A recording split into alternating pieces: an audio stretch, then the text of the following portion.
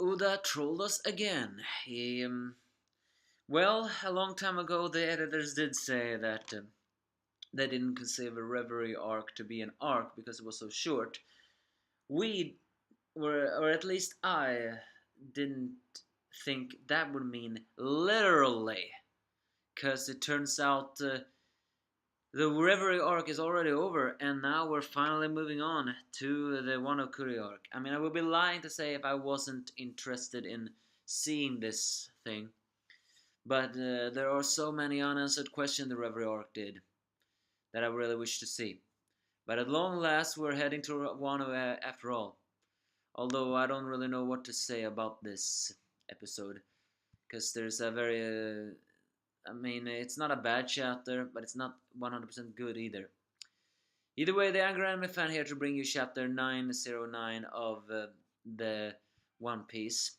First off, as I said before, the Reverie is officially over for our eyes, and now we are switching to the Guardians, who have actually managed to track down Marco on an uninhabited island very far in the New World that is not part of the government. The Guardians are on standby as we get a trivia on the Whitebeard's history, including Marco's relation to it all. Behind a waterfall is a nice village where Marco is treating people. Turns out that Marco is a doctor, or at least kind of a doctor. He, thanks to his flame of rebirth, he can actually heal wounds, but it's not absolute. So for the fact that he was the first division commander was a doctor was actually very surprising. Marco doesn't really look that much different than he did before, except now he's wearing glasses, so he kind of looks older. Yeah, although I have a feeling he looks thinner. And strange thing is, he's even treating a manticore. Are you telling me a manticore can be tamed? Either way, he treats a lot of different people, and Nekomamushi has a talk with him as Marco explains the history of this place. Apparently, Whitebeard came from here, was born here, or at least was an orphan here. A long time ago, they paid heavenly tribute, but eventually they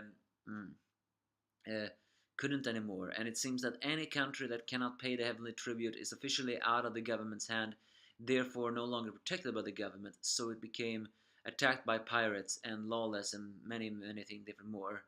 And in the end created unfortunate orphans, and Whitebeard was one of those orphans. That explains his flashback, the chapter of him being a baby, and why he was so desperate in wanting a family as a grown man. He didn't have a family, because he was an orphan. And then this place has also been very kind to him ever since, so he has been sending tributes, money for dirty money or resources, anything, into this island in order to sustain it. Because even though he had no family, this was his homeland. That reveals that apparently Whitebeard was born in the New World. And Nekomamashi do not criticize that, saying that there's no difference between clean money and dirty money. So and then he mentions that after Whitebeard's death, Blackbeard tried to invade this place, and that was the start of the Payback War. And more than anything, they wanted to kill Blackbeard because, well, he was an ungrateful bachelor. However, they failed, of course, and this place is the final keepsake of Whitebeard. Even his grave is nearby here. But the strange thing is that I thought Marco would be in a permanent heroic BSOD, but he actually doesn't seem to be in that way. But he does joke around a little bit, although with a little bit tears in his eyes, that their pops was kind of stingy and he wanted all the booze and he never treated us to meals. That is kind of strange. Although I think what it means here is Whitebeard's most biggest treasure was family, and he sent all his other treasure to this island. And then what other treasure he had, he just bought for booze, meaning that he never really treated his crew to the money they got, because he spent it all away on this island. So he wasn't really that much, so they were kind of poor despite being a Yonko one. And then he mentions Weevil, who considered himself the true son of Pops and is been not been attacking anyone in relation to that. And according to Marco, he is also after the inheritance. However, Marco believes that there is no inheritance, but he also believes that sooner or later we will come for him. And he believes this place will be targeted by Weevil soon. So that's why Marco cannot leave. He also mentions Bucking that apparently she was active around 30 or 40 years ago as a pirate and used to be on the same ships as Whitebeard. Seeing that Whitebeard once upon a time was a pirate on another one's ship, maybe Bucking's story is not so far-fetched after all. Maybe they really have met each other there. Although I have a very big feeling that Whitebeard would not remember her. So Marco is here to protect this island, meaning he will not join them in Wano. That's my biggest complaint with this. I mean, I understand protecting this island for romantic course and stuff like that, so it's totally fine with that. Uh, but then he mentions that there is a message that he needs to pass on to Luffy. Uh, and there's a kind of message as they're heading to Wano. And speaking of Wano, we are finally seeing the Wano country, who indeed has to have mountains, large trees, and a lot of sakuras. And the ones who infiltrated this place is Frankie, Robin, Usopp, and Zoro. Frankie is being an apprentice at called Franosuke at a place at an incompetent builder who is apparently based on another builder we have seen before, and according to him, he doesn't really see that that there was fault. While Usopp is Usohachi, who is mm, uh, who's using his scam lying abilities to become a toad oil salesman, while Robin, much to her embarrassment, is now a geisha called O Robin. And we see a flashback on in an abandoned building, which I presume must very well be the destroyed building of the Kusuki clan. And it mentions that the shogun's name is Kurosumi Orochi, or at least I presume it is. Most who serve under him have ties to Kaido, meaning that they cannot go in here recklessly.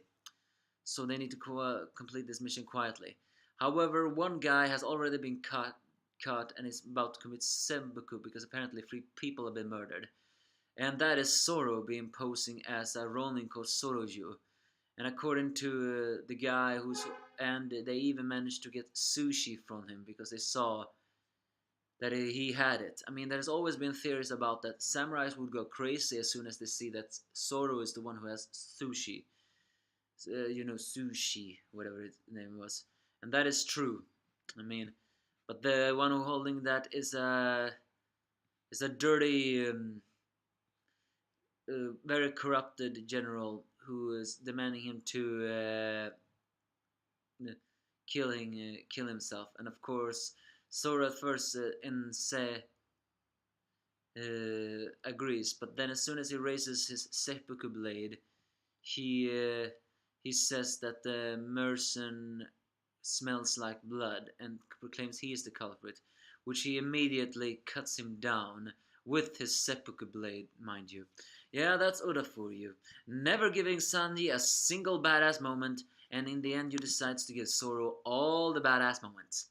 Fine, it's cool that Zoro gets it, but the fact that Sanji will never is a crime I will never forgive you for, Oda. That's basically this chapter. A letdown that Marco will not be in Wano, because I really was hoping he would be. However, maybe we will see his crew in Wano, because Nekomamushi has gotten a message from Marco, so who knows what that message is. And Marco is strangely the only one who is on this old man's keepsake island. Doesn't that, if it was so important to Whitebeard, then surely his other sons would have known that. And we will soon get to this keepsake island.